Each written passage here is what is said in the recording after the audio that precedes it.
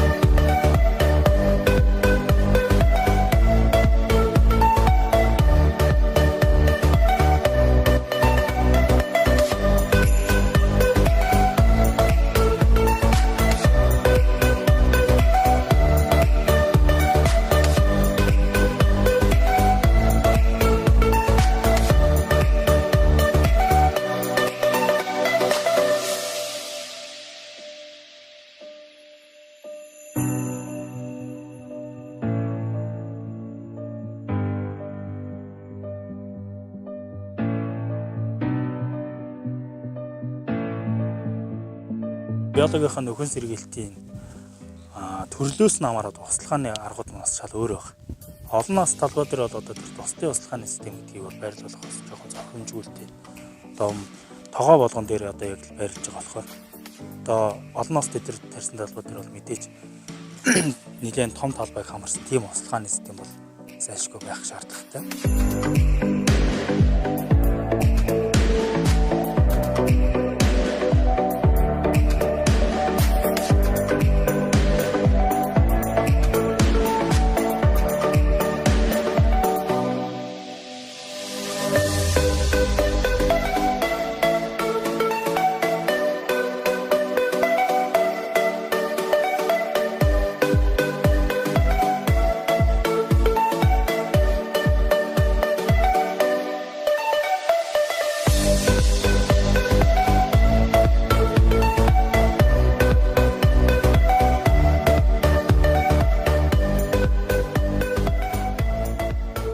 Анх удаа би заамрын тосонгийн уурхаад ирж үзэж байна.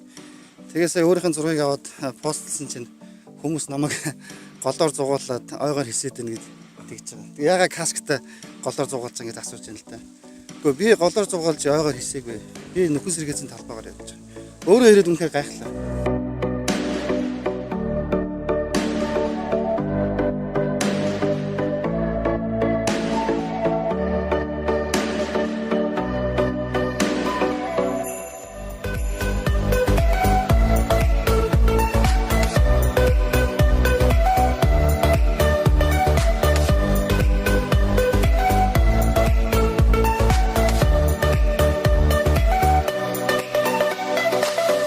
Mit der Rekultivierung von Bergbaubetrieben bin ich seit Jahrzehnten befasst und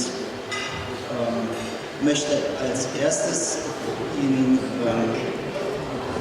gratulieren zu dem Stand der Rekultivierung, den ich heute hier gesehen habe.